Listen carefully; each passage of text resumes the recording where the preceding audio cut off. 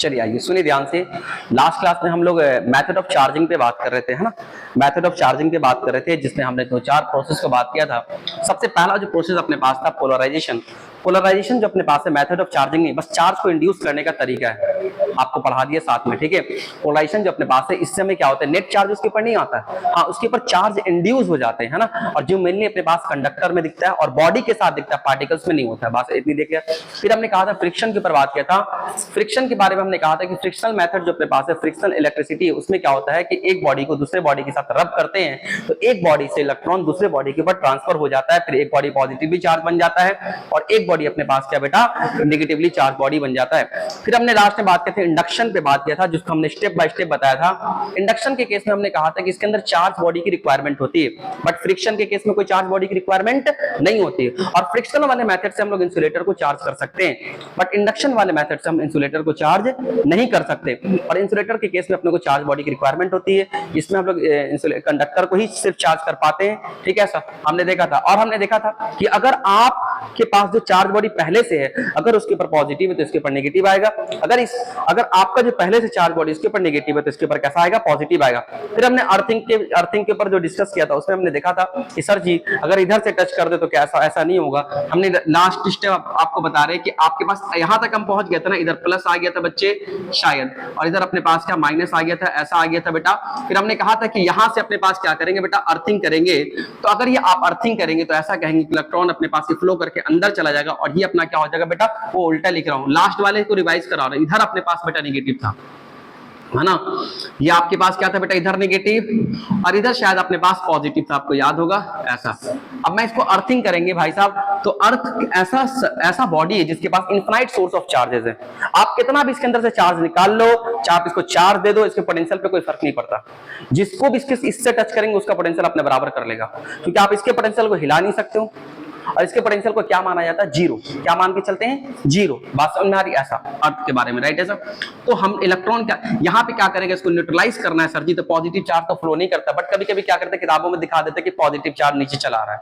ऐसा होता नहीं, आप समझ रहे हो बात को, समझ रहे हो। ये इलेक्ट्रॉन जाकर के इसको न्यूट्रलाइज कर देगा, बात समझ में आ रही है, ठीक है। ऐसा तुम बोलोगे सर ये अगर मैं इधर टच कर दूंगा तो ऐसा नहीं होगा, क्योंकि आपके पास अभी प्रोसेस पूरा नहीं हुआ। अभी हम यहाँ पे ऑलरेडी रखे हुए इसको, ये जो अपने पास रड है कंडक्टिंग चार्ज बॉडी, इसको रखे हुए, अब इसको हिलाया नहीं आपसे। अगर मैं नहीं हिलाया हूं तो ये चार्ज इलेक्ट्रॉन को तो पकड़ के रखा हुआ, अर्थिंग की वजह से इलेक्ट्रॉन फ्लो नहीं कर जाएगा। बात समझ में आ रही। अभी जब इसको हटा दूंगा तो फिर क्या हो जाएगा, बात की बात है। अभी हमने स्टेप 3 में इसको साथ में रखा है, अभी हटाए नहीं।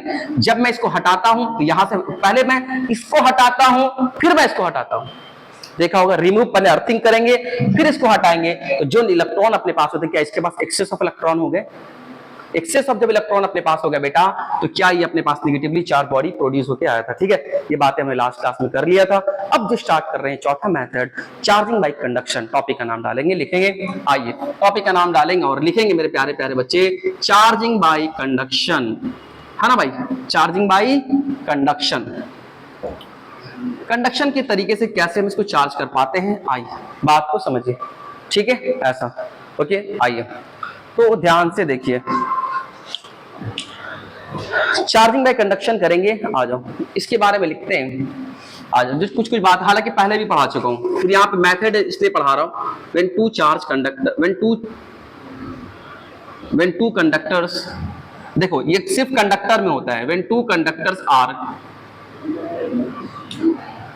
kept in contact,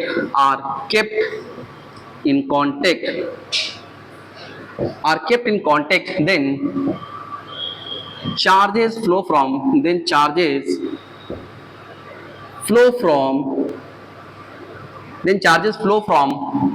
one conductor to another conductor,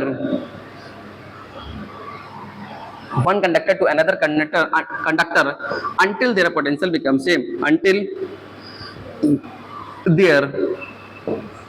until their potential becomes equal, until their potential becomes same. ये कब तक फ्लो करता है, जब तक दोनों का अपने पास पोटेंशियल सेम ना हो जाए, ठीक है। when two conductor are in kept are kept in contact, then charge flow from one conductor to another until their potential becomes same, right? ऐसा सुनिए ध्यान से क्या कहना चाह रहा है।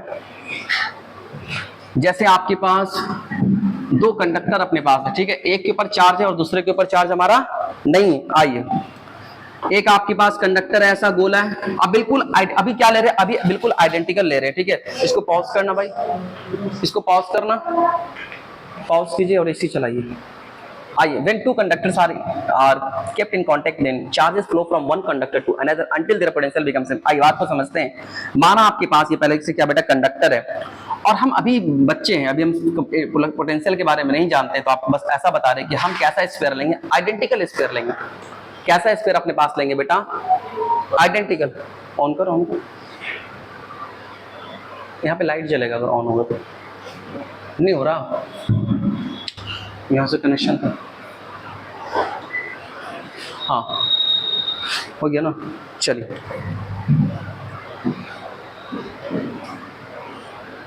हो गया, हो गया, हाँ हो गया, रख दो, हटा दो। चलिए बात को समझिए, ठीक है सब। When two conductor are kept right, ऐसा becomes right स्टार्ट है, चलो ठीक है। अभी हम क्या कर रहे हैं, दो कंडक्टर अपने पास आइडेंटिकल ले रहे हैं, बिल्कुल एक जैसा। ये आपके पास पहला कंडक्टर है और ये जो अपने पास है बेटा दूसरा कंडक्टर है। माना कि इसके ऊपर चार्ज है, कंडक्टर के ऊपर क्या बेटा चार्ज है, ऐसा, हाँ चार्ज है, चार्ज कंडक्टर है, ऐसा, ठीक है, ऐसा बात समझ में आ रही, ऐसा ठीक। अभी जब चार्ज कंडक्टर अपने पास है तो ये कैसा शेप का आपने लिया, हमने कहा इसको स्फेरिकल शेप का लिया, कैसा, स्फेरिकल शेप का, और तो इसका रेडियस अपने पास r है और ये भी जो कंडक्टर अपने पास है बिल्कुल आइडेंटिकल है, बिल्कुल कैसा बेटा, एक जैसा अपने पास आइडेंटिकल है, तो इसका भी रेडियस अपने पास किसके बराबर होगा, r के बराबर, राइट ऐसा। अब यहाँ पे से क्या होता है बेटा, कुछ ऐसा सीन अपने पास होता है, एक तार लेते हैं ऐसा और ये हमने ऐसा किया, मतलब कंडक्टिंग वायर है, कंडक्टिंग वायर से इसको कनेक्ट कर रहे हैं, ठीक है। अभी स्विच कैसा अपने पास है बेटा, ओपन है, मतलब वायर का भी टच नहीं किया, राइट ऐसा। अब जैसे हम क्या करते हैं इसके अंदर, ऐसा करते हैं कि ये इन दोनों को आपस में जब कांटेक्ट में लाते हैं, ये बॉडी और दोनों बॉडी कैसा अपने पास है, बिल्कुल आइडेंटिकल है। अगर आइडेंटिकल अपने पास है तो दोनों का रेडियस अपने पास क्या होगा बेटा, सेम होगा, ठीक है सर। तो ध्यान से देखिएगा, अब आपने क्या किया सर जी, आपने इसको कॉन्टेक्ट में ला दिया, ऐसा स्विच को क्लोज कर दिया, या आपके पास स्विच ओपन है या आपके पास कैसा बेटा क्लोज स्विच है, रास्ता आपने बंद कर दिया, इसका मतलब चार्ज का फ्लो अपने पास स्टार्ट हो जाएगा। सर ये ये अपने पास जो चार्ज है, इसके पास चार्ज है, इसके पास पहले से चार्ज है प्लस, मतलब पॉजिटिव चार्ज है। अगर इसके ऊपर चार्ज ज्यादा है तो इसका पोटेंशियल ज्यादा है, इसके ऊपर चार्ज नहीं था तो इसका पोटेंशियल कम था, तो क्या होगा, हाई पोटेंशियल से लो पोटेंशियल की तरफ चार्ज का फ्लो करेगा, ठीक है। तो चार्ज यहां से यहां की तरफ अपने पास फ्लो करेगा और धीरे धीरे चार्ज, बेटा प्यार से देखें, धीरे धीरे चार्ज यहां से इसकी तरफ जमा होना स्टार्ट हो जाएगा। कितना और कब तक अपने पास होगा, ध्यान से देखिएगा ऐसा, हाँ जब तक दोनों का पोटेंशियल अपने पास बराबर नहीं हो जाए तब तक आपके बेटे चार्ज यहां से फ्लो करेंगे। ओके आ जाओ, सुनना ध्यान से ऐसा। अगर इसके ऊपर आपने जो चार्ज लिया था सर, अगर आप इसको कहते हैं कि ये Q के बराबर, किसके बराबर है बेटा, प्लीज इधर देखें, ये किसके बराबर बेटा, Q के बराबर है। तो जब इन दोनों को आपस में कांटेक्ट करेंगे और दोनों आइडेंटिकल होने के कारण इसके ऊपर चार्ज दोनों बराबर आ जाएंगे, तभी तो दोनों का पोटेंशियल सेम होगा। अगर आप बोलते हैं इसका पोटेंशियल V, तो इसका भी पोटेंशियल अपने पास कितना बेटा, V, दोनों का इलेक्ट्रिक पोटेंशियल कैसा होगा बेटा, सेम होगा, ठीक है, बात समझ में आ रही, ऐसा, ठीक है सब। आइए, इसका रेडियस r के बराबर है, इसका भी रेडियस r है, दोनों आइडेंटिकल है, तो सर जी जो चार्ज q था टोटल, अब इसके ऊपर q/2 बचेगा और इसके ऊपर भी चार्ज कितना बचेगा बेटा, q/2। बात समझ में आ रही। अगर बॉडी का शेप अलग होता तो क्या चार्ज दोनों पे बराबर जाता, नहीं। अगर बॉडी का शेप अलग होता, इसका रेडियस कम होता, उसका रेडियस, चार्ज बराबर नहीं आ गई, कोई जरूरी नहीं कि दोनों पे पोटेंशियल बराबर होगा। बात समझ में आ रही। देख पानी वाला केस में देख, हाँ पानी वाले केस में एक आपके पास पतला पाइप और एक आपके पास ये मोटा, ये देख, अगर आपने यहां से कनेक्ट कराया तो क्या दोनों का हाइट बराबर होगा ना, कि दोनों का पानी भी बराबर होगा, हाइट बराबर होगा। पानी तो सर जी, पानी तो पूरा अपने पास इसमें बहुत अटेगा, हम बोलेंगे हाँ बिल्कुल, इसमें पानी कम अटेगा, तो दोनों का पोटेंशियल बराबर है, दोनों का पानी बराबर नहीं, हाइट बराबर है। तो मेरे बच्चे जब दोनों का शेप डिफरेंट होगा तो ये जरूरी नहीं है कि दोनों पे चार्ज सेम होगा, तभी सेम होगा ना, तभी, हाँ क्योंकि देखो पोटेंशियल का फार्मूला क्या होता है मेरे बच्चे, V की वैल्यू अपने पास होती है KQ/R, क्या होती है, KQ/R। पोटेंशियल किस बात पे डिपेंड करता है, R पे डिपेंड करता है, किस बात पे, R पे, रेडियस पे डिपेंड करता है, ये आगे पढ़ाएंगे। अभी बस इतना जान ले कि अगर आइडेंटिकल है तो दोनों का चार्ज सेम होगा और दोनों पे पोटेंशियल कैसे आएंगे, सेम। सर एक बात बताओ, हम बोल प्रोसेस होने से पहले जो चार्ज था वो क्यू के बराबर है, प्रोसेस होने के बाद टोटल चार्ज कितना, क्यू के बराबर है क्या? तो क्या law of conservation of charge को फॉलो कर रहा है? बात समझ में आई कि नहीं आया? क्या ये किसके लिए प्रोसेस है? सिर्फ और सिर्फ कंडक्टर के लिए। ये कंडक्टर के केस में, अपने पास इंसुलेटर के केस में ऐसा नहीं होता। बस हम आप लोग कल भी कहा था इंसुलेटर में चार्ज तो फ्लो ही नहीं कर पाता है। और ये जो वायर, हाँ डेफिनेटली यार, बात समझ में आ रही है? ठीक है, आप इसे नोट कर लीजिए, फिर हम आगे चलेंगे। पॉज करें वीडियो को फटाफट, आ जाओ ध्यान से देखना। ये बात तो समझ में आ गया सर जी कि चार्ज का बराबर होना कोई जरूरी नहीं है। हाँ पोटेंशियल सर जी दोनों का बराबर होकर आपने कांटेक्ट कर दिया तो याद रखिएगा। और न्यूमेरिकल जब आते हैं तो दोनों कॉन्सेप्ट काम आता है, एक तो पोटेंशियल वाला कॉन्सेप्ट और एक initial charge is equal to final charge, दोनों को मिला करके न्यूमेरिकल आएगा। क्या न्यूमेरिकल आएगा? इसके ऊपर चार्ज इतना दे रखा है, इसके ऊपर चार्ज का पता नहीं, दोनों को कांटेक्ट कर दिया, अब बता दोनों पे चार्ज कितना कितना जाएगा। बात में न्यूमेरिकल कराएंगे अभी थोड़ा टाइम लगेगा, समझ में बात आ रही? ये बात याद रखें, ठीक है। अब आगे चलते हैं मेरे प्यारे प्यारे बच्चे। तो ये न्यूमेरिकल में क्या होता है, दो वेरिएबल आ जाते हैं, एक वेरिएबल नहीं आते, दो वेरिएबल अपने पास आ जाते हैं। इसलिए हमें क्या, दो वेरिएबल की दो इक्वेशन। तो पहला इक्वेशन तो अपने पास टोटल चार्ज कंजर्वेशन से और दूसरा इक्वेशन अपने पास टोटल इलेक्ट्रिक पोटेंशियल बराबर से। बात समझ में आई? चलिए आइए अब अपने पास चलते हैं, लिखते हैं टॉपिक का नाम। मेथड आपके पास खत्म हुई, ये कहानी चल रहा है, मतलब थ्योरी पोर्शन चल रहा है, इंपॉर्टेंट है समझना। अब आगे जो लिखते हैं बेटा मेरे प्यारे प्यारे, वो हम क्या लिखेंगे, सुनना ध्यान से। लिखिए कंडक्टर। क्या लिखेंगे बेटा? Conductor.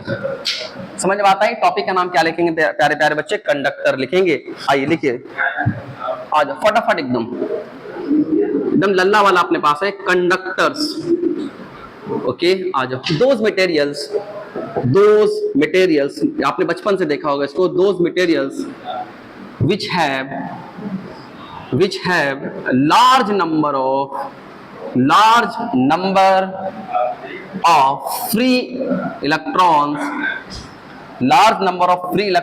those materials which have a large number of free electrons are called free electrons, मतलब फ्री चार्ज कैरियर, ठीक है। Those materials which have large number of free electrons are called conductors. तो आप conductors के बारे में कुछ कहानी जानेंगे। आइए सेकंड आप लिखिएगा बेटा। अच्छा एग्जांपल क्या हो सकते हैं सर जी? कंडक्टर के एग्जांपल्स में अपने पास ऑल मेटल, जो केमिस्ट्री का एक्सेप्शन है वो अपने घर पे रखना, मुझे नहीं पता, ठीक है। तो एक का एक्सेप्शन भी है ना यार, तो अपने घर पे रखेगा, ठीक है। तो ऑल मेटल्स अपने पास हमने क्या मानते हैं कंडक्टर से। चलिए आइए दूसरा अपने पास है बेटा इंसुलेटर। इंसुलेटर्स, इसके जो डेफिनेशन अपने पास है लिखेगा इंसुलेटर के बारे में। Those materials which have very few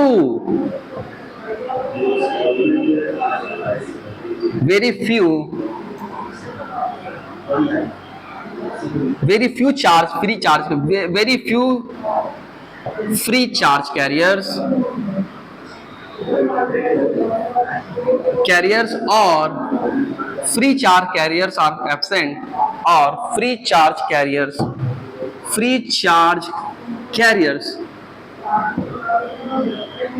are absent. Very few charge carrier or free charge carriers are absent are called insulator। बात समझ में आई? लिखिए इसको।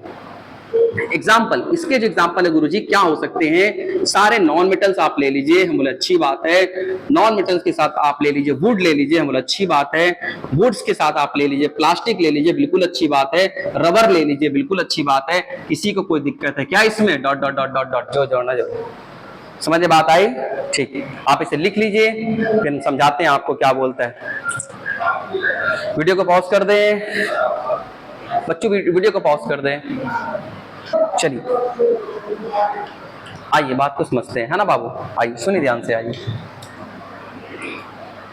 Started right. ऐसा सुनिए ध्यान से क्या बोल रहा है कंडक्टर्स के बारे में। आइए समझते हैं अच्छे तरीके से। कंडक्टर्स वैसा मटेरियल्स होता है सर जी जिसके अंदर बहुत सारे फ्री इलेक्ट्रॉन्स होते हैं। आप पहले से जानते हैं बचपन से, सुनिए ध्यान से। ऐसा होता है कि ये आपके पास, आपने क्या बनाया, इसको कंडक्टर बनाया, ठीक है। इसके अंदर बहुत सारे फ्री इलेक्ट्रॉन्स होते हैं, बहुत सारे अपने पास क्या बेटा फ्री इलेक्ट्रॉन्स होते हैं। Large amount of free electrons होते हैं, और ये फ्री इलेक्ट्रॉन्स बहुत इंपॉर्टेंट रोल प्ले करता है इलेक्ट्रिसिटी को कंडक्ट कराने में और हीट को कंडक्ट कराने में। ठीक है, अगर ये फ्री इलेक्ट्रॉन्स ना हो तो उससे ना ही अपने पास हीट कंडक्ट हो पाएगा और ना ही अपने पास करंट कंडक्ट हो पाएगा, मतलब इलेक्ट्रिसिटी। कैसे?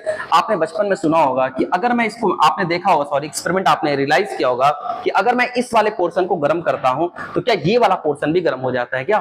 आप यहाँ स्टोव पे आप खाना वाना बनाते हो तो आप देखते हो कि जब पीछे का पोर्शन भी टच हो जाता है तो हमारे हाथ को गर्म फील होता है ना भाई साहब? ऐसा क्यों होता है? देखो, आपने जैसे इस वाले पोर्शन को ध्यान से समझिएगा, आपने जैसे इस वाले पोर्शन को जब गर्म किया तो फायर आपने किया तो जो इलेक्ट्रॉन्स यहाँ पे होते हैं वो उछलते कूदते अपने पास यहाँ पे आ जाते हैं। ठीक है, और यहां पर आकर के हीट को यहां से यहां तक ट्रांसफर कर देते हैं। हालांकि वाइब्रेशन भी होता है हीट को मदद करने, ट्रांसफर करने में, हम वाइब्रेशन की तरफ नहीं जा रहे हैं, वाइब्रेशन के कारण भी हीट ट्रांसफर होता है। ठीक है, बट मेटल्स जो होते हैं अपने पास, जो कंडक्टर्स होते हैं, उनके अंदर जो हीट का ट्रांसफर होता है उसमें 70% जो योगदान है वो इलेक्ट्रॉन का है। इसका अपने पास है फ्री इलेक्ट्रॉन्स का। बताओ कितना बेहतरीन चीज है फ्री इलेक्ट्रॉन्स।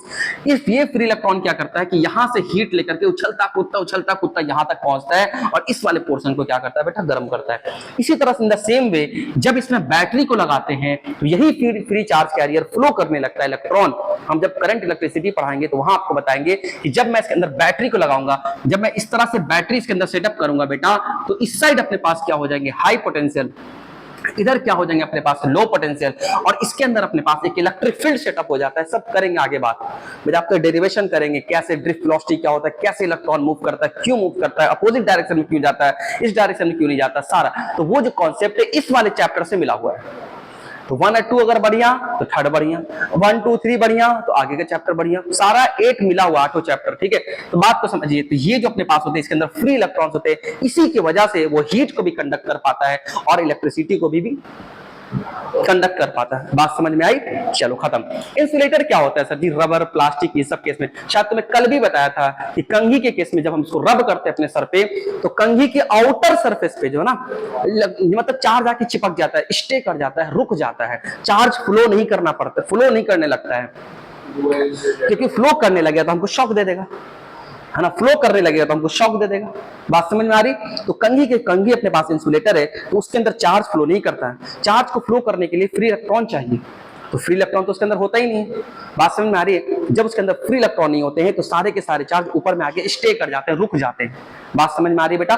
तो ये अपने पास है, तो बहुत बड़ा योगदान है फ्री इलेक्ट्रॉन का। तो हमने क्या लिखा? Those material which have a very few, मतलब एक, इसके अंदर 1 करोड़, तो इसके अंदर कितना? एक आध तो होगा, very few free charge carrier, और free charge carriers are absent, जिसमें होता ही नहीं है। वैसे मटेरियल को दुनिया क्या बोलती? इंसुलेटर बोलती, या फिर अपने को नॉन कंडक्टर बोलती। बात समझ में आई? ये अपने पास एग्जांपल्स है हमारे non metals, woods, plastic, rubber and many more. बात समझ में आई? आइए टॉपिक को खत्म करते हैं, अब नेक्स्ट टॉपिक स्टार्ट करते हैं, which is one of the most important topic we have of this chapter, Coulomb's law. चलिए आइए, क्या मैं तेजी से बोल रहा हूं? क्या आपको समझ आ रहा है? क्या आपको समझ आ रहा है? चलिए, तो कहानी था ना भाई। अब आ जाए, इंपॉर्टेंट बात अपने पास है। कूलम्ब साहब क्या कहते हैं, कूलम्ब साहब का स्टेटमेंट क्या है, कूलम्ब साहब क्या क्या बात को बोलते हैं, आइए समझिए ध्यान से। ऐसा ठीक है, टॉपिक अपने पास मेरे प्यारे प्यारे बच्चे, कूलम्ब्स लॉ। बहुत बड़ा योगदान है इनका। यही बेचारे जो है इन्होंने ही एक्सपेरिमेंट किया था भाई साहब, जो आपको हम शुरू से बकरे रिपल्सन अट्रैक्शन जो मैं शुरू से इतना बोल रहा हूँ, इन्हीं का देन है। इन्हीं ने किया था भाई साहब एक्सपेरिमेंट, जो हमने कहा था आपको, एक टेबल पे छोड़ दिया एक इलेक्ट्रॉन को, प्रोटॉन को, देखा भागने लगा, कौन है, भूत है क्या? तो नहीं, वहां पे एक अलग प्रॉपर्टी अपने पास चार्ज, सारी बात बता चुका हूँ ना, लेक्चर तो रिकॉर्ड है, आप देख सकते हैं। चलिए कूलम्ब्स लॉ पे बात करेंगे। क्या बोलते हैं कूलम्ब साहब? सबसे पहले इस बिहार बोर्ड के लिए, किसी भी बोर्ड के लिए, सबसे पहले इस स्टेटमेंट लिखेंगे। स्टेटमेंट क्या बोलता है बच्चे? ये आपके आते हैं, तो स्टेटमेंट क्या बोलता है लिखिएगा, the magnitude of electrostatic force, the magnitude of electrostatic force between two charge particles।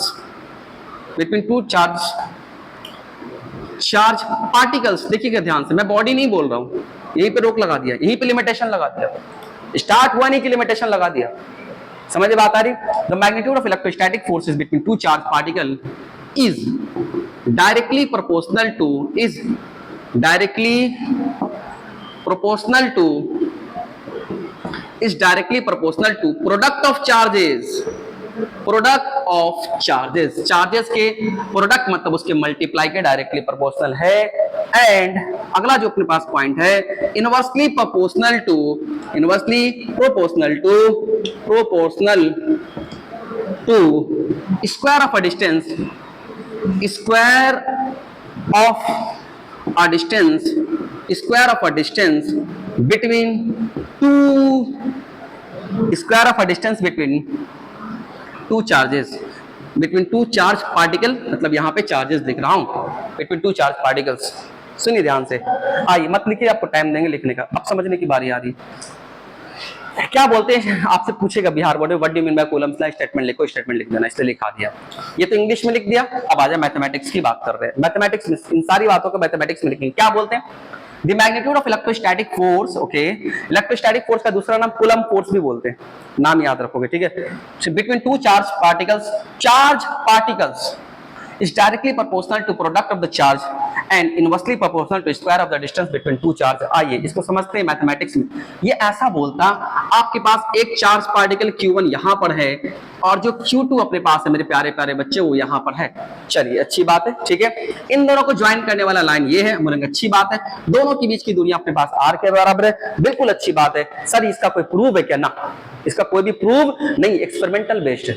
ये जो लॉज अपने पास है एक्सपेरिमेंट से आया, जितने भी एक्सपेरिमेंट किए सबका रिजल्ट सेम आया, बोल दिया एक्सपेरिमेंट पे, इसका कोई भी प्रूफ नहीं है। आइए बात को समझिए, क्या बोलता है ये, आपने पहले भी सुना होगा, सर जी Q1 Q2 पे धक्का मारता हूं, बिल्कुल सही बात है, दोनों का लाइक चार्जेस है, इसका नाम होता है फोर्स ऑन 2 ड्यू टू 1। आ जाओ सर जी 2 1 पे फोर्स लगाएगा, बिल्कुल अपोजिट डायरेक्शन में, बिल्कुल सही बात है, फोर्स ऑन 1 ड्यू टू 2, ऐसा बात समझ में आई। आइए इसका नाम लिखते हैं, क्या कहना चाह रहा है कि सर ये है क्या, नोटेशन क्या है सर जी, ये अपने पास है फोर्स ऑन 2 ड्यू टू 1 की वजह से। सेकंड आपके पास है फोर्स ऑन 1 ड्यू टू 2, यहाँ पे फोर्स ऑन 1 किसके वजह से, 2 के वजह से। कोई दिक्कत है, बस नाम रखा और कुछ नहीं किया, राइट। ऐसा इस एक्सपेरिमेंट से ऐसा पता चला कि ये दोनों फोर्सेस आपस में क्या करते हैं, एक दूसरे पे बराबर फोर्स लगाते हैं। अब कैसे पता चला वो भी आपको बता रहे। पहले मैं यहाँ पे लिखता हूँ सबसे मोटा बात कि फोर्स ऑन 1 ड्यू टू 2 का मैग्नीट्यूड अपने पास है, फोर्स ऑन 2 ड्यू टू 1 का मैग्नीट्यूड आपस में बराबर है। क्या डायरेक्शन भी बराबर है? नहीं, एक का डायरेक्शन आई कैप, दूसरे का डायरेक्शन माइनस आई कैप ना। बाबा रे बाबा, इसका क्या डायरेक्शन है रे, आई कैप, इसका डायरेक्शन अपने पास माइनस आई कैप, तो सर जी डायरेक्शन तो बराबर नहीं है। क्या दोनों का मैग्नीट्यूड बराबर होता है? कैसे पता चला सर आपको, कैसे चुलू हुआ है? तो भाई साहब सुनिए कैसे पता चला। आपके पास ये दो चार्ज पार्टिकल्स है, एक अपने पास जो भी ये दो चार्ज पार्टिकल्स है, हमने इन दोनों को पकड़ के रखा है, नहीं पकड़ के रखेंगे तो भागे लगेगा, ठोक दिया इसको भी ठोक दिया, ऐसा ठोक करके रखा है। अब हम क्या कर रहे हैं बेटा कि जब मैं इसको यहां से उखाड़ता हूं तो मैं दिखता हूं दौड़ता है एक्सेलरेशन से। ये कितने एक्सेलरेशन से, दोनों बिल्कुल आइडेंटिकल है, तो दोनों कैसे अपने पास है बेटा, आइडेंटिकल माना हो, दोनों का मास सेम है। हमने क्या देखा कि सर जी जब इसको छोड़ा तो ये भागने लगा, एक्सेलरेशन कुछ ना कुछ इसके पास आएगा, ठीक पकड़ के वो एक्सेलरेशन को कॉपी में नोट कर लिया, लिखा माना कि 2 मीटर पर सेकंड स्क्वायर मान लिया, ऐसा माना, राइट ऐसा। अब फिर इसको ला करके ठोक दिया यहीं पर। अब इसको छोड़ते हैं, आइडेंटिकल अपने पास है बेटा, जब मैं इसको छोड़ता हूं तो इसमें क्या देखता हूं बेटा, दोनों पे चार्ज की वैल्यू अलग भी हो सकती है, एक पे प्लस क्यू एक पे माइनस, जो भी हो सकती है, राइट। खैर मास दोनों का सेम, ऐसा मानते हैं। तो यहाँ पे अपने पास क्या हो रहा है सर, इसको जब छोड़ते हैं सर, पार्टिकल है, हाँ मतलब पार्टिकल्स, 4 पार्टिकल में इलेक्ट्रॉन आ गया ना, आ गया ना, प्रोटॉन आ गया, महानेग्लिजिबल। हम आपको बताना चाह रहे हैं कि क्यों बराबर है ये सिर्फ। तो जब इसको हमने छोड़ा तो इसको भी देखा, इसके पर भी जो फोर्स की वैल्यू अपने पास है, जो एक्सेलरेशन की वैल्यू अपने पास है, वो क्या आ रही है, सेम आ रही है। इसका मतलब सर जी दोनों पे बराबर फोर्स लग रहा हो, तभी तो दोनों पे एक्सेलरेशन कैसा आ रहा है, सेम आ रहा है। ये बात तो एक्सपेरिमेंट से पता चल गई। अब आगे देखते हैं क्या कहते हैं इन्होंने क्या बोला। उन्होंने ये बोला, जो भी बात इंग्लिश में बोला उसको अपने को क्या कर रहे हैं, मैथमेटिक्स में लिखेंगे। आइए, तो उन्होंने बोला कि भाई साहब पहला पॉइंट इनका ये है कि जो फोर्स अपने पास होगा, फोर्स ऑन 1 ड्यू टू, दोनों का तो मैग्नीट्यूड बराबर होगा। चलो खैर, ये डायरेक्टली प्रोपोर्शनल होगा इसका मैग्नीट्यूड, किसके बराबर, प्रोडक्ट के बराबर। किसके प्रोडक्ट, चार्ज के प्रोडक्ट के बराबर। तो चार्ज कब सर जी, Q1 Q2, ऐसा। ये मॉडुलस क्यों लगा दिया सर जी, माइनस प्लस का झंझट हटा दिए, मैग्नीट्यूड की बात कर रहे हैं, झंझट हटा दिए। माइनस प्लस तो मेरा दिमाग ही बता सकता है किस पे माइनस, किस पे प्लस, किस पे क्या लगेगा, वो तो लॉजिक से निकाल लेंगे। डायरेक्शन तो लॉजिक से निकाल लेंगे ना। ठीक, तो ये हम मैग्नीट्यूड की बात कर रहे हैं बेटा। तो force on one due to two directly proportional है किसके, प्रोडक्ट ऑफ चार्जेस के डायरेक्टली प्रोपोर्शनल है। क्या ये प्रोडक्ट ऑफ चार्जेस है, क्या लिखना पड़ेगा, इसको लिख देते हैं प्रोडक्ट ऑफ चार्जेस। सर जी ये तो प्रोडक्ट ऑफ चार्जेस हम बोला, बिल्कुल सही बात है। आइए सेकंड पॉइंट क्या बोल रहा है मैथमेटिक्स में कि force on one due to two जो अपने पास है वो इनवर्सली प्रोपोर्शनल है। किसके इनवर्सली प्रोपोर्शनल अपने पास है, डिस्टेंस के स्क्वायर के। तो यहां से लेकर के यहां तक का डिस्टेंस अपने पास r के बराबर है। तो भाई साहब ये जो अपने पास है r स्क्वायर के इनवर्सली प्रोपोर्शनल है। समझ में बात आई, किसके प्रोपोर्शनल है, आर स्क्वायर के इनवर्सली प्रोपोर्शनल है। आर क्या अपने पास है, दोनों चार्ज पार्टिकल के बीच का डिस्टेंस है ना भाई। तो कहीं पे नोट कर ही लेते हैं, छोड़े क्यों, इधर लिख दे। तुम कैसे लिखोगे, इधर तो फिर नहीं दिखेगा ना, यहाँ पे लिख देते हैं। आर अपने पास है distance between two charge particle, between two charge particle है ना भाई। ये अपने पास कैसा अपने पास है बेटा, बिटवीन टू चार्ज पार्टिकल के बीच का डिस्टेंस आर है, राइट। ये अपने पास मैथमेटिक्स में कह रहे हैं। आ जाओ, आपने स्टेटमेंट लिख लिया है क्या, इसके लिए मैं हाँ अगर लिखना आप वीडियो को पॉज करें, आप लिखे प्यारे बच्चे। देखिए आगे क्या होता है कि हमने स्टेटमेंट देख लिया। आइए अभी कुलम साहब को समझ रहे हैं, बहुत अच्छे तरीके से समझ रहे हैं। आइए सर आपने ये वाला तो लिया पॉजिटिव, क्या तुम नेगेटिव वाला तुम नहीं कर पाते, एक पॉजिटिव एक नेगेटिव कर लेते तो तुम तो कर लेते ना यार, तुम तो अकलमंद हो, बहुत सारे करवा भी चुके। आज सुनिए ध्यान से। तो सर जी आपने बोला कि डायरेक्टली प्रोपोर्शनल का साइन है, आपने मुझे क्लास 10 में पढ़ाया था, मतलब आपके सर ने पढ़ाया होगा कि जब पोटेंशियल डिफरेंस अपने पास होता है Ohm's law V directly proportional to I, तो क्या मैं डायरेक्टली प्रोपोर्शनल के साइन को हटाता हूं तो क्या R से मल्टीप्लाई करता हूं, क्या ऐसा करता हूं क्या, ये कॉन्सेप्ट को समझिए। ठीक है, अब आ जाओ थर्ड चैप्टर में उसको प्रूव भी कर देंगे। चलो वो माइक्रोस्कोपिक फॉर्म में होता है। खैर ये बात तो समझिए। तो हमने क्या देखा बेटा यहाँ पर कि चार्ज अपने पास कुछ ऐसा है और ये डिस्टेंस दोनों के बीच क्या है। चलिए सर जी एक बात बताओ, आप इसको कंबाइंड फॉर्म में लिखो। हम बोला बिल्कुल सही बात है, force on one due to two अगर मैं कंबाइंड फॉर्म में लिखूंगा तो क्या डायरेक्टली प्रोपोर्शनल Q1 Q2 अपन कितना बच्चे R स्क्वायर क्या ऐसा होगा, क्या कोई आपत्ति वाली बात नहीं। गुरुजी आप यहाँ से देखना ध्यान से, हमको बोलो भाई साहब डायरेक्टली प्रोपोर्शनल के साइन को आप हटाओगे तो क्या किसी कांस्टेंट से मल्टीप्लाई करोगे, वो जो कांस्टेंट आपके पास होता है उसको के बोलेंगे, क्या बोलेंगे के। आइए के ऊपर डिस्कस भी करना है। Q1 Q2 अपन कितना बच्चे R स्क्वायर, ये आपके पास कुछ ऐसा। अब सर जी ध्यान से देखना आप, ये आप मॉडुलस लगा रहे हो, अगर नेगेटिव पॉजिटिव भी रहेगा तो सारा अपने पास क्या हो जाएगा बेटा पॉजिटिव। तो आप क्या करोगे, मॉडुलस के झंझट से बचने के लिए आप जो भी रखोगे सिर्फ मैग्नीट्यूड रखोगे। अगर -2 कूलम है तब भी इसको अगर मैग्नीट्यूड निकालना तो क्या रखेंगे, सिर्फ 2 कूलम रखेंगे। बात समझ में आ रही, मॉडुलस हटा दिया, अगर मान ले मॉडुलस भूल गया, ठीक है ऐसा। जब अपने को मैग्नीट्यूड निकालना है ना तो सिर्फ चार्ज का मैग्नीट्यूड रखाएगा, माइनस नहीं रखेंगे। समझ में बात आ रही। अब जब डायरेक्शन निकालना बजाय आपके फॉर्मूले में लिख के देंगे कि यहाँ पे आपको ये रखना है, ठीक है। जब खैर तो ये आपके पास ऐसा फॉर्मूला आपके पास आ रहा है, ये आपके पास ऐसा। सर के क्या है, तो के को दुनिया बोलती है इलेक्ट्रोस्टैटिक कांस्टेंट बोलती, क्या बोलती, वहां पे दुनिया क्या बोलती थी, रेजिस्टेंस बोलती थी ना, यहाँ पे क्या बोलती है इलेक्ट्रोस्टैटिक कांस्टेंट। और इसका दूसरा नाम अपने पास होता है कूलम कांस्टेंट, क्या बोलते हैं इसको बेटा, कूलम्स कांस्टेंट बोलते हैं, ठीक है, ये इसका नाम है।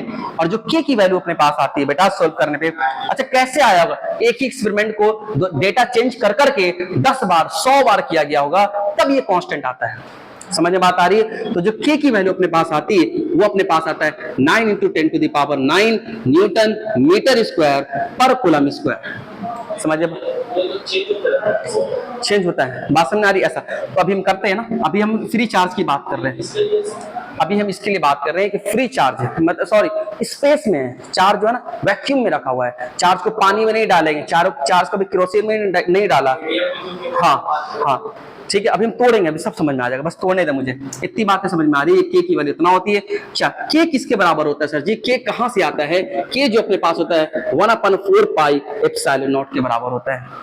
बात समझ में आ रही, के किसके बराबर होता है 1/4 पाई एप्सिलॉन नॉट के बराबर होता है। अब ये एप्सिलॉन नॉट क्या होता है सर जी, ध्यान से देखना मेरे बच्चे, इसको बोलते हैं हम लोग, है ना, ये जो एप्सिलॉन नॉट अपने पास है इसको हम लोग बोलते हैं absolute permittivity of free space और वैक्यूम। सुनना ध्यान से, कोई बड़ी बात नहीं, सुनिए ध्यान से। हाँ कहाँ गया, ये अपने पास है 1/4 पाई एप्सिलॉन नॉट के बराबर आया। और जो एप्सिलॉन नॉट अपने पास है ये अपने पास क्या बेटा, एब्सोल्यूट, है ना भाई, परमिटिविटी।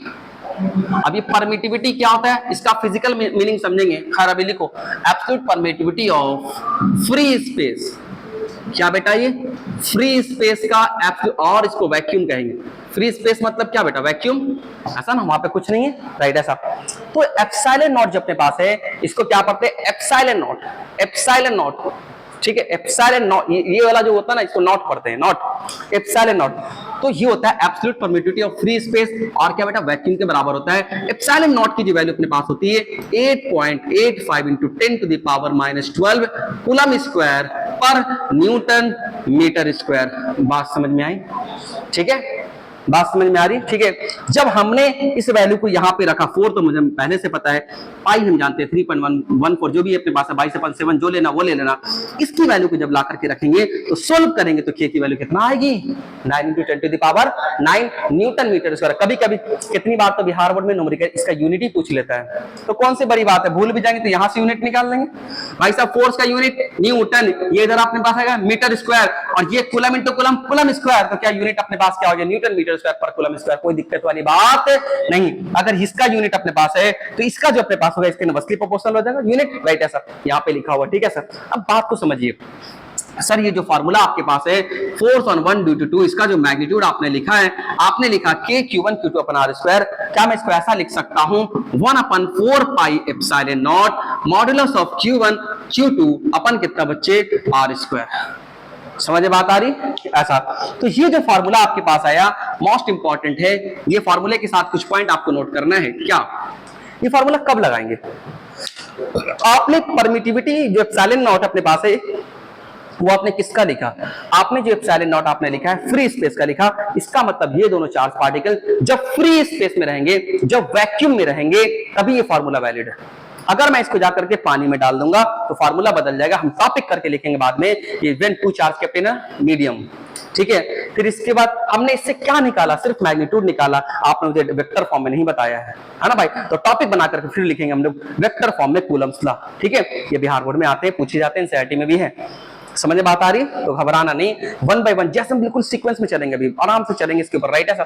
तो 1/4 pi epsilon not modulus of Q1 Q2 अपन कितना बच्चे, R स्क्वायर, कुछ ऐसा है सर। पहली बात कि ये फार्मूला कब वैलिड है, ये formula when two charge are kept, when two charge particles are, when two charges, charges मतलब चार्ज पार्टिकल की बात कर रहे हैं, ठीक है, लिख नहीं रहे पूरा। When two charges are kept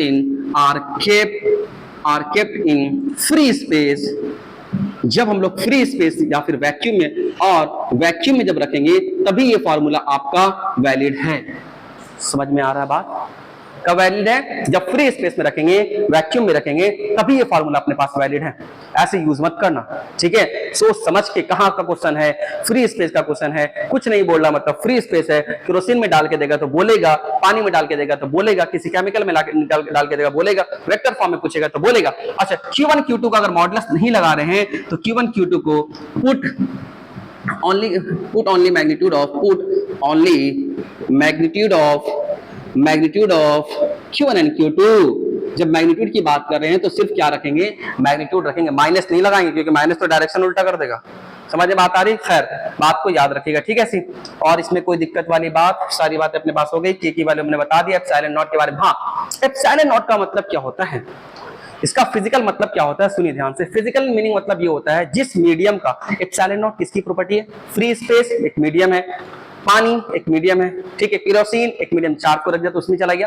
तो फ्री स्पेस मतलब एप्सिलॉन नॉट जो अपने पास है, जो परमिटिविटी है, ये किसकी प्रॉपर्टी अपने पास है बेटा, ये मीडियम की प्रॉपर्टी है। जिस मीडियम का परमिटिविटी ज्यादा होगा उसके अंदर इलेक्ट्रिक फील्ड आसानी से नहीं फ्लो कर पाएगा, उसके अंदर फोर्स की वैल्यू कम होगी। फिर से समझिए, आपके पास माना कि कोई मीडियम है, ध्यान से देखना, चलो आ जाओ। एक परमिटिविटी के ऊपर बात कर रहे हैं, तो जहां हालांकि आगे हम बात भी करते हैं, पर अभी आपको बता रहे, अगर ये Q1 चार्ज अपने पास है, ये Q2 चार्ज यहाँ पे रखा हुआ है ऐसा, ठीक है, ऐसा ये दो चार्ज रखा हुआ अपने पास। अगर इस मीडियम का परमिटिविटी अपने पास E1 है और दूसरा अपने पास है ऐसा, यहीं पे Q1 चार्ज रखा हुआ है, यहाँ पे Q2 चार्ज रखा हुआ है और इसका E2 है, और हमने माना है कि E1 जो अपने पास है E2 से बड़ा है। अगर परमिटिविटी ज्यादा है तो उसके अंदर फोर्स कम लगेगा, उसके अंदर इलेक्ट्रिक फील्ड को फ्लो होने में बहुत दिक्कत का सामना करना पड़ेगा, इलेक्ट्रिक फील्ड इजीली फ्लो नहीं करेगा। हाँ, फॉर्मूले से भी पता चल रहा है, बिल्कुल वहां से भी पता चल रहा है सर जी। समझ में बात आ रही कि सर जी अपने पास अगर यहाँ पे इसको ज्यादा रखोगे तो ये कम हो जाएगा। तो फिजिकल मीनिंग भी याद होना चाहिए, ठीक है। क्यों पानी में चेंज होता है फोर्स, क्यों हवा में ज्यादा हो जाता है, क्यों पानी में 80 गुना कम हो जाता है, 81 गुना कम हो जाता है, क्यों बात समझ में आ रही? हम पूरा हाँ मीडियम, अब मीडियम में भी तोड़ देंगे आगे जब पढ़ाएंगे ना मीडियम में, तो मीडियम को भी तोड़ फाड़ कर देंगे, पोलराइज कर देंगे और उसके बाद निकालेंगे, तुम्हें दिखाएंगे। अनअकैडमी बहुत, अनअकैडमी के पैकेज में बहुत बढ़िया अपने पास है, इसको कट करना पड़ेगा। खैर मतलब सुन पहले, उसने बहुत बढ़िया से दिया कि पानी में है तो सिर्फ पानी कितना लगा रहा है, सिर्फ अपने पास वो कितना लगा रहा है। बहुत अच्छा क्वेश्चन है, ठीक है, इसको करेंगे तो बात को समझ। मैं ये आपसे फिजिकल मीनिंग ये बताना चाह रहा हूँ, जिसकी परमिटिविटी ज्यादा होती है वहां पे इलेक्ट्रिक फील्ड आसानी से फ्लो नहीं करता है, वहां पे अपने पास ये होता है कि फोर्स कम लगता है, ठीक है। इलेक्ट्रिक फील्ड ही कम जाएगा तो क्या फोर्स कम लगाएगा ना भाई, ठीक है। ऐसा जिसकी मीडियम में परमिटिविटी कम होती है उसमें आसानी से फ्लो करता है, उसके ऊपर फोर्स भी ज्यादा लगता है। समझ में बात आया? ठीक है, जो आपके जहां तक आपको लिखा है वहां तक आप नोट कर ले, फिर हम आगे चलेंगे। यहां तक किसी को कोई दिक्कत आ रहा है? चलिए, हमने सिर्फ मैग्नीट्यूड की बात की, अभी डायरेक्शन आप लॉजिक से भी निकाल सकते हैं, बट हम वेक्टर फॉर्म में भी इसको लिखेंगे। मैं आपसे वेक्टर फॉर्म में कैसे प्रूव करते हैं उसको भी हम लिखेंगे, निकालेंगे वैल्यू को। खैर अभी मैं ये जो इलेक्ट्रोस्टैटिक फोर्स अपने पास आया, जो कूलम्ब फोर्स अपने पास आया, इससे रिलेटेड पॉइंट अपने पास है 6-7 पॉइंट, उसको लिखते हैं कि इससे क्या क्या इंपॉर्टेंट जो ऑब्जेक्टिव आपके बनाए जाते हैं एग्जाम में, ठीक है, आपके बिहार बोर्ड में पूछे जाते हैं। तो सबसे पहला पॉइंट लिखेंगे important points related to Coulomb force, topic है छोटा सा topic, important points related to Coulomb force, ठीक है, स्टार्ट है ना जी। चलिए आइए, क्या बोलता भाई साहब, पहला पॉइंट अपने पास है, आइए छोटी छोटी बात को सबको नोट करेंगे ऐसा, ठीक, आ जाओ। तो सबसे पहला पॉइंट अपने पास है, टॉपिक ऐसा है, ध्यान से देखिए, इंपॉर्टेंट है, यहीं से तो बनता है भाई साहब बिहार बोर्ड में क्वेश्चन बने हैं। जितने भी मैं पॉइंट लिखाता हूँ ना, बहुत अच्छे अच्छे पॉइंट होते हैं, इंपॉर्टेंट पॉइंट सारे ये होते हैं, important points related to Coulomb force, ठीक है। कूलम्ब फोर्स के रिलेटेड जो अपने पास इंपॉर्टेंट पॉइंट है वो, आइए सबसे पहला पॉइंट, आइए ध्यान से सुनना, ध्यान से। ये आपके पास Q1 चार्ज है, ये आपके पास Q2 चार्ज है, ठीक है, ऐसा। अब यहां ध्यान से देखिएगा, Q2 Q1 को इस तरफ धक्का मारता है, हम जानते हैं फोर्स ऑन 1 ड्यू टू 2, ये इसको धक्का मारता है इधर की तरफ, फोर्स ऑन 2 ड्यू टू 1। किसी को दिक्कत है इसमें? नहीं, ये दूरी r के बराबर होता है, हम सब कुछ जानते हैं। सबसे पहला पॉइंट अपने पास लिखेंगे, they exert equal and opposite force, they exert equal and opposite force. ये कैसे फोर्स अपने पास लगाते हैं? They exert equal and opposite force, ऐसा। दोनों का मैग्नीट्यूड अपने पास कैसा सेम है, बट दोनों के डायरेक्शंस कैसे अपने पास है बेटा, अपोजिट है।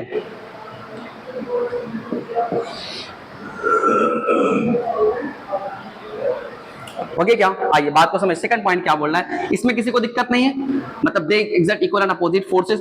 इसके बाद अपने पास होते हैं कि इसका मतलब ये बोलना चाह रहे हैं आप कि फोर्स ऑन 1 ड्यू टू 2 का जो मैग्नीट्यूड अपने पास है वो फोर्स ऑन 2 ड्यू टू 1 के मैग्नीट्यूड के बराबर है। दोनों का मैग्नीट्यूड तो बराबर है, बट अगर आप इसे वेक्टर फॉर्म में लिखेंगे तो दो वेक्टर अगर मैग्नीट्यूड सेम है, डायरेक्शन अपोजिट है, तो क्या मैं ऐसा लिख सकता हूं, force on 1 due to 2 is equal to minus force on 2 due to 1। क्या ऐसा लिख सकते हैं? ये वेक्टर फॉर्म में हो गया, ठीक है। ऐसा समझ रहे बात को? देख सुन, ये तो हो गया, दोनों का मैग्नीट्यूड सेम है, और ये क्या बता रहा है, दोनों का मैग्नीट्यूड तो सेम, डायरेक्शन कैसे है, अपोजिट है ना भाई। एक का डायरेक्शन, दोनों का डायरेक्शन कैसे अपने पास है, अपोजिट है। अपोजिट डायरेक्शन है तो दोनों को बराबर लिखने के लिए तो क्या मुझे माइनस लगाना पड़ेगा? आगे नहीं समझ में आता, सुनो। 3i कैप के बराबर है तो डायरेक्ट लिखा जाएगा। 3i कैप को मुझे बराबर करके जबरदस्ती अगर लिखना है, 3i कैप को माइनस 3i कैप से बराबर करके जबरदस्ती लिखना है, तो क्या 3i cap is equal to, पहले से एक माइनस लगाना पड़ेगा, उसके बाद ये क्या ऐसा लिखाएगा? यही तो बात मैं लिख रहा हूं कि ये दोनों का मैग्नीट्यूड तो सेम है बट डायरेक्शन अपोजिट है, तो मैं माइनस लगा दूंगा पहले से, तो क्या दोनों बराबर हो जाएंगे? ठीक है, बात को याद रखिएगा, ये रिलेशन। आइए इसके बाद इंपॉर्टेंट पॉइंट ये है, सेकंड पॉइंट आपके पास ये समझाने के लिए भाई इसको नोट कर लेना। चलो आ जाओ, सेकंड पॉइंट आपके पास क्या बोल रहा है, इंपॉर्टेंट है। They act always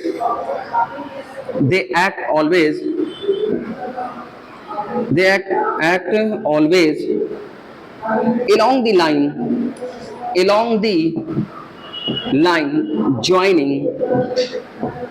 the line joining two charges, दो चार्ज को ज्वाइन करने वाला जो लाइन है उसी के लॉन्ग हमेशा काम करेगा, ऐसा नहीं होगा कि कोई और डायरेक्शन में काम करेगा। they always act along the line joining, इसको आगे पीछे कर, they act always along the line joining two charges, ठीक है, they act always always along the line joining two charges. बात को समझिए, या कहां पे फंसोगे तो यहां फंसोगे। सुनो ध्यान से, ये वाला अगर एग्जांपल आप मैं कुछ देर बाद कराऊंगा, जब भी कल कराऊंगा, सुनना ध्यान से। आपने बोला ये Q1 चार्ज है, हम बोलेंगे बिल्कुल सही है। आपने बोला Q2 चार्ज है, आपने इसको बोला Q3 चार्ज है, आपने इसको बोला Q4 चार्ज है, हम बोलेंगे बिल्कुल सही है, इसमें कोई दिक्कत वाली बात नहीं। अब यहां से ध्यान से देखना बेटा, सर जी ये जो Q1 चार्ज है इसके ऊपर Q2 फोर्स लगाएगा, बिल्कुल लगाएगा सर जी। तो क्या Q2 भी लगाएगा, Q3 भी लगाएगा, Q4 भी लगाएगा, सारे के सारे लगाएंगे। आ जाओ सुनो ध्यान से, Q3 जो लगाएगा अपने पास, तो हमने क्या बोला, they act always along the line joining two charges. दोनों चार्ज को ज्वाइन करने वाला लाइन है, तो क्या इन दोनों को ज्वाइन करने वाला लाइन मेरे बच्चे यही है क्या? तो ये जो फोर्स इसके ऊपर लगाएगा इसी लाइन के अलोंग लगाएगा, और क्या इधर की तरफ लगाएगा, और नाम पड़ेगा फोर्स ऑन 1 ड्यू टू 3। क्या ऐसा नाम पड़ेगा क्या? बात समझ में आ रही? ठीक है ऐसा, क्या इन दोनों को ज्वाइन करने वाला लाइन यही है ना भाई? आ जाओ। अब ये भी जो अपने पास है, इन दोनों को ज्वाइन करने वाला लाइन क्या ये है? तो क्या जो फोर्स ये लगाएगा, क्या इसी लाइन के लॉन्ग लगाएगा, फोर्स ऑन 1 ड्यू टू 2। ऐसा बात समझ में आ रही? अब आइए, ये जो Q1 Q अपने पास है, ये इन दोनों को मैं ज्वाइन यहां से करूंगा, तो Q4 जो अपने पास है, Q1 पे जो फोर्स लगाएगा, क्या इन्हीं दोनों को ज्वाइन करने वाले लाइन के लो? तो इन दोनों को ज्वाइन करने वाला लाइन क्या ऐसा जा रहा है क्या? तो क्या अपने पास इस फोर्स का नाम पड़ेगा फोर्स ऑन 1 ड्यू टू 4। क्या समझ में बात आई? बात समझ में आ रही? नहीं आ रहा? बहुत अच्छे तरीके से देख, एक पे कितने फोर्स लग रहे? 3। अब यहां तक मेरे 12वीं खत्म, यहां से किसका काम? ठीक है, हाँ बात समझ में, हाँ राइट ऐसा। तो ये चीज अपने पास है, कुछ ऐसा 3 अपने पास हो गया। पॉइंट नंबर 3 ये इंपॉर्टेंट है, force between two charges, force between two charges independent from presence of other charges. दूसरे चार्जेस से पे जरा सा भी डिपेंड नहीं करता। Independent from presence of other charges, सब अपना अपना लगाएगा। सब जो फोर्स अपने पास है अपना अपना लगाएगा। देखिए ऊपर साफ दिख रहा है, लिखो समझाते हैं, आप लिखो आराम से लिखो, पहले चाहे पहले समझाने दे फिर लिख लेगा बाद में।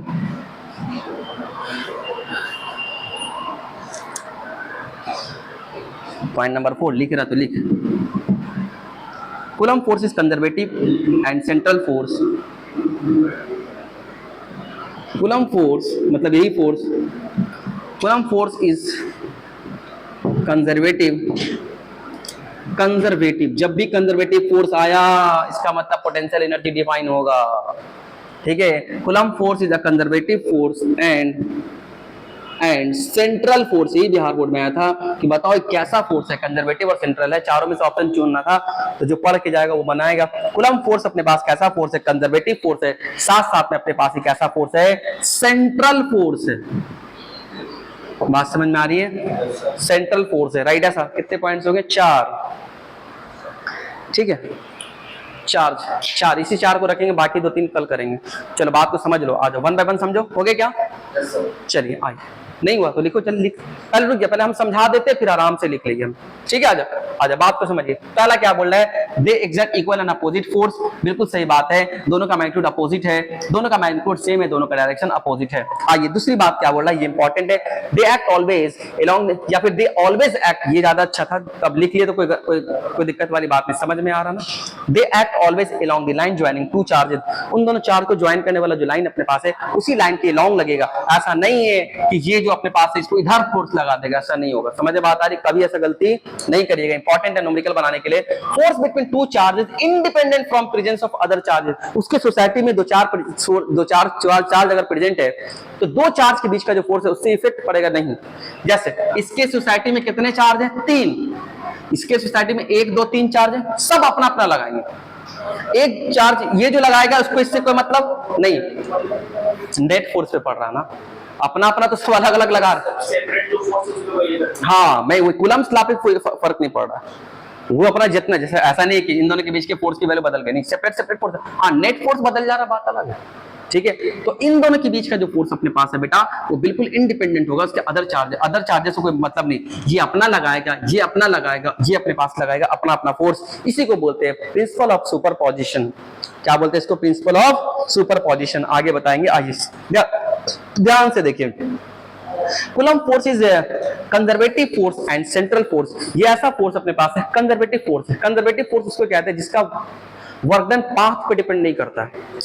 जैसे ग्रेविटेशनल फोर्स अपने पास कंजर्वेटिव फोर्स है। आप पेन को सुनो, आप इधर से ले जाओ पेन को, चाहे इधर से ले जाओ और ऐसे करके ले जाओ, जो आप वर्क करेंगे उसकी वैल्यू, या फिर डायरेक्ट आप ऐसे ले जाओ, दोनों की वैल्यू क्या होगी? सेम। जिसका वर्क जो अपने पास है पाथ पे डिपेंड नहीं करता है उसको कंजर्वेटिव फोर्स बोलते हैं। और कंजर्वेटिव फोर्स के लिए हम लोग पोटेंशियल एनर्जी को डिफाइन करते हैं।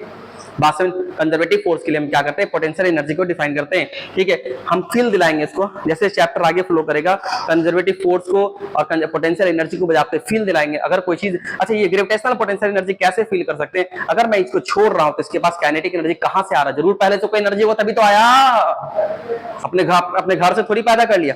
मैंने इसको छोड़ा तो इसके पास, अगर ये नीचे क्यों गिर रहा है? अगर ये नीचे गिर रहा है मेरे बच्चे, तो क्या इसके पास पोटेंशियल एनर्जी है? तभी तो गिर रहा है। बात समझ में आ रही है? तो पोटेंशियल एनर्जी है तो वही तो काइनेटिक एनर्जी में चेंज हो रही है। ये घर से थोड़ी काइनेटिक एनर्जी लेके आ रहा है। इसके पास आपने अर्थ के अगेंस्ट में इसको खींचा, आपने वर्क किया, जो आप वर्क करते हैं वो इसके अंदर पोटेंशियल एनर्जी के फॉर्म में स्टोर हो जाता है। आपको फील करना है तो आप छोड़िए, ऐसे होगा। आप जैसे उस वाले केस में, स्प्रिंग वाले केस में, आप अगर छोड़ेंगे तो देखेंगे स्प्रिंग भी भाग जाता है। तो क्यों? उसके अंदर भी इलास्टिक पोटेंशियल एनर्जी स्टोर हो जाता है। बात समझ? बड़ी मजे का चैप्टर है, बड़ी मजा आएगा। ये बातें समझ में आ गई? ये 4 पॉइंट है, इससे रिलेटेड 3-4 पॉइंट और होंगे जो कुछ किससे रिलेटेड है, सिर्फ कूलम्ब्स लॉ से। बिना इसका न्यूमेरिकल नहीं बनेगा सही से, फंसोगे। कहां फंसते बच्चे? यही फंसते हैं यार। बच्चे से न्यूमेरिकल थ्योरी सब समझ में आ रहा है, ऊपरा ऊपरा इतना समझ रहा है, इन्वर्सली प्रोपोर्शनल डायरेक्टली प्रोपोर्शनल पढ़ रहा है, फार्मूला भी इसको याद है, वो लगा नहीं पा रहा है। इसका मतलब वो कीनली ऑब्जर्व नहीं कर रहा है, चीजों को बारीकी लेवल पे ऑब्जर्व नहीं कर रहा है, इसलिए उसको बन नहीं पा रहा है। न्यूमेरिकल वहीं फंसते हैं। एब्सेंट मारेगा तो 4 दिन तमीज से दम, फिर आएगा सर समझ में नहीं आ रहा। तो भैया कैसे आएगा? ये सब पॉइंट आपके जुड़ेंगे। वो लगाता है इधर से, सर ये वाला फोर्स कैसे लगाया? सबसे पहला ये क्वेश्चन, ऐसे लगाया, कैसे लगाया उसको पता नहीं। यहाँ पॉइंट लिखा हुआ, जो पढ़ के आएगा वही तो लगाएगा। इसे नोट करिए, मिलते हैं कल। ठीक है, वीडियो पॉज कर दीजिए। ठीक है।